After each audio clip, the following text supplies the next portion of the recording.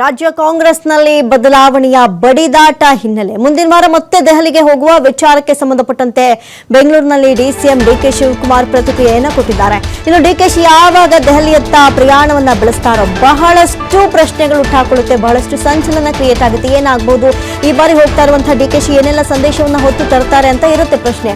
ಈ ವಿಚಾರಕ್ಕೆ ಸಂಬಂಧಪಟ್ಟಂತೆ ಬೆಂಗಳೂರಿನಲ್ಲಿ ಇವತ್ತು ಡಿಕೆಶಿ ಪ್ರತಿಕ್ರಿಯೆ ಕೊಟ್ಟಿದ್ದಾರೆ. ನಾನು ಹೋಗೋದು ಬರೋದು ಇದ್ದೇ ಇದೆಯಪ್ಪ, ನಾನು ಹೋಗ್ದಿನ್ ಯಾರು ಹೋಗ್ತಾರೆ, ಯಾವಾಗ ಕರೀತಾರೆ, ಯಾವಾಗ ಸಭೆ ಇರುತ್ತೆ ಅವಾಗೆಲ್ಲ ಹೋಗ್ತಾ ಇರ್ತೀನಿ. ಪ್ರಿಯಾಂಕಾ ಗಾಂಧಿ ಭೇಟಿ ಮಾಡಿದಾಗ ರಾಜ್ಯದ ವಿಚಾರ ಚರ್ಚೆ ಆಗುತ್ತೆ.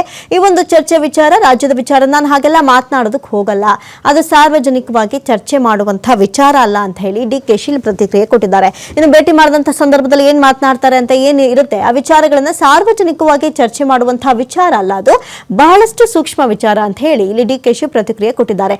ಯಾಕಂತ ಹೇಳಿದ್ರೆ ಮುಂದಿನ ವಾರ ಮತ್ತೆ ಡಿಕೆಶಿ ತೆರಳುವಂತಹ ವಿಚಾರ ಬಹಳಷ್ಟು ಕ್ಯೂರಿಯಾಸಿಟಿಯನ್ನ ಬಿಲ್ಟ್ ಮಾಡುತ್ತೆ. ಹೈಕಮಾಂಡ್ ಇಂದ ಏನ್ ಸಂದೇಶವನ್ನು ಹೊತ್ಕೊಂಡು ಬರ್ತಾರೆ, ಒಂದು ಕಡೆ ನಾಯಕತ್ವ ಬದಲಾವಣೆಯ ಜಟಾಪಟಿ, ಅಲ್ಲಿಂದ ಬಂದ ಮೇಲೆ ಒಂದು ಪರೋಕ್ಷವಾದಂತಹ ಏನೋ ಒಂದು ಪೋಸ್ಟ್ ಮಾಡಿದ್ರೆ ಅದಕ್ಕೆ ಹಲವಾರು ಊಹಾಪೋಹಗಳು ಉಟ್ಕೊಳ್ಳುತ್ತೆ. ಜೊತೆಗೆ ಏನೆಲ್ಲ ಆಗ್ಬಹುದು, ಸಿಎಂ ಆಪ್ತರು ಕೂಡ ದೆಹಲಿಯತ್ತ ಹೋಗ್ತಾರೆ. ಈಗ ಒಂದಷ್ಟು ಜನ ಕಾಂಗ್ರೆಸ್ನ ಶಾಸಕರೇ ಈಗ ಫಾರಿನ್ ಟ್ರಿಪ್ ಮಾಡ್ತಾ ಇರೋದು ಕೂಡ ಪ್ರಶ್ನೆಯನ್ನ ಹುಟ್ಟುಹಾಕಿತ್ತು. ಜೊತೆಗೆ ಇವೆಲ್ಲವೂ ಕೂಡ ಬರುತ್ತೆ. ಯಾಕಂತ ಹೇಳಿದ್ರೆ ಏನೆಲ್ಲ ಇರಬಹುದು, ಏನೆಲ್ಲ ನಡೆಯುತ್ತೆ, ಏನೆಲ್ಲ ಬದಲಾವಣೆಗಳಾಗಬಹುದು ಎನ್ನುವಂತಹ ಸಹಜ ಪ್ರಶ್ನೆ ಹುಟ್ಕೊಳ್ಳುತ್ತಲ್ಲ. ಈ ವಿಚಾರಕ್ಕೆ ಸಂಬಂಧಪಟ್ಟಂತೆ ಡಿಕೆಶಿಯನ್ನ ಮುಂದಿನ ವಾರ ನೀವು ಮತ್ತೆ ದೆಹಲಿಗೆ ಹೋಗ್ತಾ ಇದ್ದೀರಾ, ಏನ್ ಸಮಾಚಾರ ಅಂತ ಕೇಳಿದ್ರೆ ಏನಿಲ್ಲ, ನಾನು ಯೂಶುವಲ್ ಆಗಿ ಹೋಗ್ತಾನೆ ಇರಬೇಕಾಗತ್ತೆ ಅಂತ ಹೇಳಿದ್ದಾರೆ. ಬರೋದು ಇದ್ದೇ ಇದೆಯಪ್ಪ, ನಾನು ಹೋಗದೆ ಯಾರು ಹೋಗ್ತಾರೆ, ಯಾವಾಗ ಯಾವಾಗ ಕರೀತಾರೆ, ಯಾವ ಮೀಟಿಂಗ್ ಇರ್ತಾರೆ, ಯಾಗೆಲ್ಲ ಹೋಗ್ತಾ ಇರ್ತೀನಿ. ಈಗ ಆಫೀಸರ್ಸ್ನೆಲ್ಲ ಮೀಟ್ ಮಾಡ್ಬೇಕು ಇನ್ನೊಂದು ರೌಂಡು. ಈಗ ಯಾವುದೋ ಒಂದು ಅರ್ಬನ್ ಪ್ಲಾನಿಂಗ್ ಅಂತ ಒಂದು ಇಶ್ಯೂ ಇದೆ, ಅದ್ರ ಬಗ್ಗೆ ಕೂಡ ಒಂದು ಡೀಟೇಲ್ ಬಂದಿದೆ.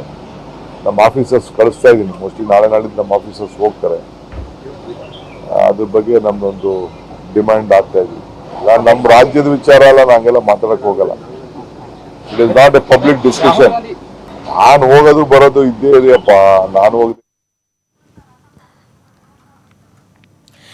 ಇನ್ನು ಡಿಕೆಶಿ ಪ್ರತಿಕ್ರಿಯೆ ಕೊಟ್ಟಿರುವಂತದ್ದು ಮುಂದಿನ ವಾರ ಮತ್ತೆ ದೆಹಲಿಗೆ ಹೋಗ್ತಾ ಇರುವಂತಹ ಡಿಕೆಶಿ ಅವರನ್ನ ಪ್ರಶ್ನೆ ಮಾಡಿದಾಗ ಈ ರೀತಿಯಾಗಿ ಉತ್ತರ ಕೊಟ್ಟಿದ್ದಾರೆ. ನಾನು ಹೋಗೋದು ಬರೋದು ಇದ್ದೇ ಇರುತ್ತಪ್ಪ, ನಾನು ಹೋಗದೆ ಇನ್ಯಾರು ಹೋಗ್ತಾರೆ, ಯಾವಾಗ ಕರೀತಾರೆ, ಯಾವಾಗ ಮೀಟಿಂಗ್ ಇರುತ್ತೆ ಅವಾಗೆಲ್ಲ ಹೋಗ್ತೀನಿ. ಈಗ ನಾವು ಗಮನಿಸಬಹುದು, ಕಳೆದ ಬಾರಿ ಒಂದು ನೀರಾವರಿ ವಿಚಾರಕ್ಕೆ ಸಂಬಂಧಪಟ್ಟಂತೆ ದೆಹಲಿಯತ್ತ ಹೋಗಿದ್ರು, ಅಲ್ಲೂ ಕೂಡ ಬಹಳಷ್ಟು ಏನು ಈಗ ಈ ಒಂದು ವರಿಷ್ಠರನ್ನ ಭೇಟಿ ಮಾಡಿದಂತಹ ಸಂದರ್ಭದಲ್ಲಿ ಏನೆಲ್ಲ ಮಾತುಕತೆಯನ್ನು ನಡೆಸ್ತಾರೆ, ಏನೆಲ್ಲ ಡಿಸಿಷನ್ಗಳು ಬದಲಾಗ್ಬಿಡುತ್ತೆ ಎನ್ನುವಂತಹ ಪ್ರಶ್ನೆಗಳು ಸಹಜವಾಗಿ ಉಟ್ಕೊಳ್ಳುತ್ತೆ. ಹಾಗಾಗಿ ಡಿಕೆಶಿ ಯಾವಾಗ ದೆಹಲಿಯತ್ತ ತೆರಳ್ತಾರೋ ಅವಾಗ ಬಹಳಷ್ಟು ರಾಜಕೀಯ ಚುನಾವಣೆಗಳಲ್ಲಿ ಒಂದಷ್ಟು ಊಹಾಪೋಹಗಳು, ಒಂದಷ್ಟು ಸಂಚಲನವನ್ನೇ ಕ್ರಿಯೇಟ್ ಮಾಡಿಬಿಟ್ಟಿರುತ್ತೆ. ಹೋಗಿರುವಂತಹ ಡಿಕೆಶಿ ಏನೆಲ್ಲ ಹೈಕಮಾಂಡ್ ನಿಂದ ಮಾಹಿತಿಯನ್ನು ಹೊತ್ತರ್ತಾರೆ, ಏನ್ ಸಂದೇಶವನ್ನು ಹೊತ್ತರ್ತಾರೆ, ಜೊತೆಗೆ ಕಾರ್ಯಕರ್ತರು ಕಾದು ಕುಳಿತಿರ್ತಾರೆ ಡಿಕೆಶಿ ಏನಾದರೂ ಸಿಹಿ ಸುದ್ದಿನ ತಂದು ಕೊಡ್ತಾರಾ ಅಂತ ಹೇಳಿ. ಸೊ ಹಾಗಾಗಿ ಬಹಳಷ್ಟು ಮಹತ್ವವನ್ನ ಪಡ್ಕೊಳ್ಳುತ್ತೆ. ಯಾವಾಗ ಅಂತ ಹೇಳಿದ್ರೆ ಡಿಕೆಶಿ ದೆಹಲಿಯತ್ತ ತೆರಳಿದಾಗ.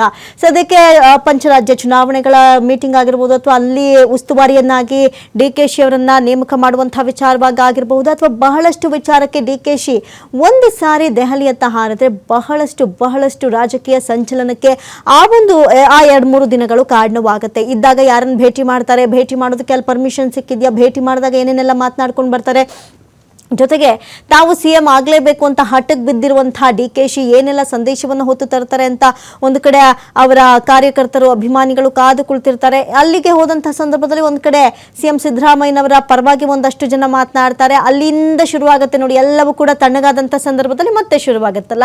ಈ ಎಲ್ಲಾ ವಿಚಾರಗಳ ಕುರಿತಂತೆ ಡಿಕೆಶಿ ಸದ್ಯಕ್ಕೆ ಪ್ರತಿಕ್ರಿಯೆ ಕೊಟ್ಟಿದ್ದಾರೆ. ಯಾವಾಗ ಮೀಟಿಂಗ್ ಇರುತ್ತೆ ಅಂತ ಕರೀತಾರೋ ಆಗ ನಾನು ದೆಹಲಿಗೆ ಹೋಗ್ತೀನಿ ಅಂತ ಇಲ್ಲಿ ಡಿಕೆಶಿ